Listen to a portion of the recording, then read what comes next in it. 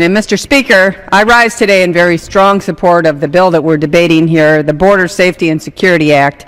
As a Vice Chair of the House Homeland Security Committee and Chair as well of the Subcommittee on Border and Maritime Security, I, along with so many others, have worked to ensure that Congress gives the agents and the officers in the field the tools and the direction that they need to keep drugs and terrorists and others who would do us harm from entering our country.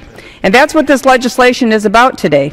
Now, much of the controversy surrounding the government shutdown has actually focused on Obamacare.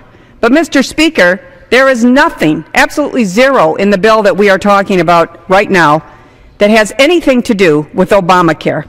The only thing that's in this bill and that we are discussing today is whether or not we will help provide the funds to ensure that we can protect our nation's borders and pay the men and women of the U.S. Border Patrol, the Customs and Border Protection, and also the Immigration and Customs Enforcement. Now, I know many of our friends on the other side of the aisle will once again oppose this legislation because they say they need an entire government funding bill or they won't accept anything else. And yet I would note that they are calling Republicans absolutists. I also know that there are many on the other side of the aisle that will support this bill and will help us pass this again with a very strong bipartisan majority. And I simply hope that the leaders of the Senate will look at the strong bipartisan support of this bill and take it up.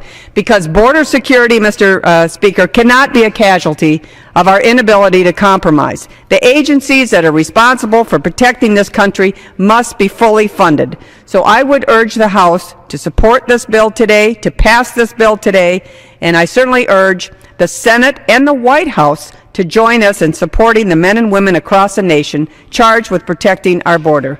I yield back. Gentlelady yields.